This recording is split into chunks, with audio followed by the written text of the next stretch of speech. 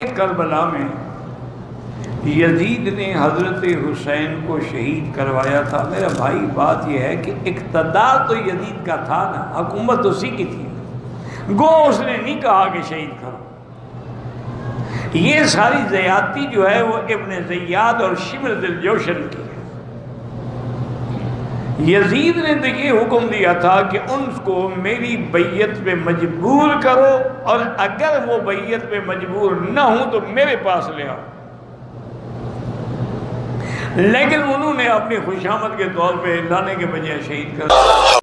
اچھا، اس حدیث کی شرح میں صحیح مسلم 6409 میں آپ ذرا ورڈ بائی ورڈ اہل حدیث عالم علامہ وحید الزمان کے کومنٹس اور اہل حدیث ہی چھاپ رہے ہیں، یہ ذرا سنیے۔ یہ آپ صلی اللہ علیہ وآلہ وسلم کا حسن خلق تھا، یعنی آپ علیہ السلام کا حسن اخلاق تھا اور مصلحت بھی تھی، کیونکہ ابو سفیان کافروں کا سردار تھا، اس کی تالیف قلب بھی ضروری تھی۔ ہر چند ابو سفیان کا اسلام پہلے پہل تو جان کے ڈر سے تھا، مگر بعد میں شاید وہ پختہ ہو گیا ہو، اور جب آدمی اسلام لایا تو اس کے قصور اور کفر کے وقت کے سب گناہ معاف ہو جاتے ہیں۔ آپ صلی اللہ علیہ وآلہ وسلم نے تو وحشی قاتل حمزہ کا بھی اسلام قبول کر لیا تھا، لیکن اس پر بھی ابو سفیان کا خاندان نبوی صلی اللہ علیہ وآلہ وسلم کا ہمیشہ دشمن رہا۔ ابو سفیان عمر بھر حضرت صلی اللہ علیہ وآلہ وسلم سے لڑتا رہا اور صدہا مسلمانوں کو اس نے شہید کیا، اور اس کے بیٹے معاویہ ابن ابی سفیان نے جناب امیر المومنین خلیفہ برحق علی مرتضیٰ شیر خدا رضی اللہ تعالی عنہ کا مقابلہ کیا اور جنگ صفین میں ہزاروں مسلمانوں کا خون کیا، اور پھر اس کے بیٹے یزید نے تو ستم ہی ڈھایا، سیدنا حسن کو زہر دلوایا اور سیدنا حسین کو ایسے ظلم سے شہید کرایا جس کا حال لکھنے سے قلم کانپتا ہے۔ یہ علامہ وحید الزمان صاحب لکھ رہے ہیں کہ حسن و حسین کے قاتل کون ہیں؟ آل امیہ۔ اور دیکھیں وہ کہندے پورا خاندان پڑ کے رکھ چڑھا ہے، انہوں نے کیا دادا جڑا ہے وہ نبی نال لڑدا رہا، پیو یزید دا جڑا ہے وہ علی نال لڑدا رہا، تے پتر نے حسن حسین نو شہید کروایا، جس کا حال لکھنے سے قلم کانپتا ہے۔ پھر یزید کے بعد سارے خلفائے بنو امیہ سوائے عمر بن عبدالعزیز کے خاندان نبوی کے دشمن ہی رہے اور ہمیشہ درپے ایذا ہی رہے، اور دنیائے ادنا کے واسطے اپنی آخرت کو تباہ کرتے رہے۔ لا حول ولا قوت الا باللہ، یہ انہوں نے لکھا ہے ساتھ۔ تو بس میرے خیال ہے اس پہ مجھے مزید کوئی کمنٹس دینے کی ضرورت نہیں ہے۔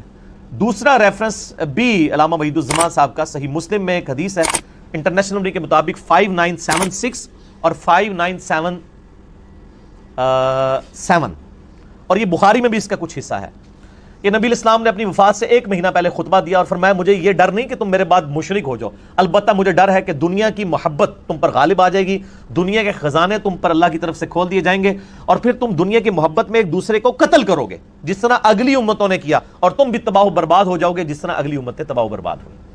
اب یہ بڑی سخت حدیث تھی، اس حدیث پہ کامنٹس کر رہے ہیں علامہ وحید الزمان صحیح مسلم انٹرنیشنل نمبر کے مطابق 5976 اور 5977، اس کے فٹ نوٹ پر لکھتے ہیں ورڈ بائی ورڈ، اور دنیا کے واسطے آخرت کا خیال چھوڑ دو گے۔ مسلمانوں نے حضرت صلی اللہ علیہ وآلہ وسلم کے چند روز بعد ہی یہ ایسے کام شروع کر دیے اور آپس میں پھوٹ کی بنا ڈال دی، یعنی پھوٹ کی بنیاد ڈالی۔ معاویہ حضرت علی سے لڑے اور یزید نے خاندان نبوت کو تباہ کیا۔ یہ اہل حدیث عالم، یہ تو جب سے انڈیا اور یہ جو سعودیہ اور ایران کی ٹسل شروع ہوئی ہے نا، تو یہ تھوڑے اہل حدیث اس طرف گئے ہیں، ورنہ پرانے اہل حدیث جتنے بڑے محب اہل بیت ہیں، نہ بریلوی ہیں نہ دیوبندی ہیں۔ اور حجاج نے عبداللہ ابن زبیر کو شہید کیا اور فتنوں کی تار بند گئی۔ اس روز سے آج تک مسلمانوں کا وہی حال ہے کہ کسی ایک خلیفہ پر سب اکٹھے نہیں ہو سکے، آخر کافر موقع پا کر ان پر غالب ہوئے اور ان کی قوت کو خاک میں ملا دیا، والعیاذ باللہ تعالی۔ اب انہی کے روحانی شاگرد ہیں سید داود راز، جو کمبائنڈ جمعیت اہل حدیث انڈیا پاکستان کے صدر تھے، اور علامہ وحید الزمان صاحب کو اپنا مرشد مانتے ہیں، جگہ جگہ وہ صحیح بخاری کی شرح میں ان کے ریفرنسز کوٹ کرتے ہیں۔ انہوں نے صحیح بخاری کی شرح جو 8 جلدوں میں موجود ہے، اس میں بخاری کی شرح میں 4359 نمبر حدیث ہے بخاری کی، اس کی شرح کرتے ہوئے کیا لکھتے ہیں؟ یہ بخاری کی حدیث ہے کہ جریر ابن عبداللہ رضی اللہ تعالیٰ عنہ یمن کے سفر پہ تھے، اور اسی دوران نبی الاسلام کی پیچھے ڈیتھ ہو گئی اور حضرت ابوبکر کو خلیفہ چن لیا گیا، اور ابھی یہ مدینہ شریف آئے نہیں تھے، تو راستے میں ان کی ملاقات ذو امر نامی ایک شخص سے ہوئی جس تک آلریڈی نبی علیہ السلام کی وفات کی خبر پہنچ چکی تھی۔ وہ بڑا جہاندیدہ بندہ تھا، اس کے پاس یعنی علم بھی تھا۔ انہوں نے بڑے حسن سلوک کے ساتھ اس کے ساتھ معاملہ کیا تو جاتے جاتے اس نے نا ان کو ایک نصیحت کی جو بخاری میں 4359 نمبر حدیث کے اندر امام بخاری نے نقل کی ہے.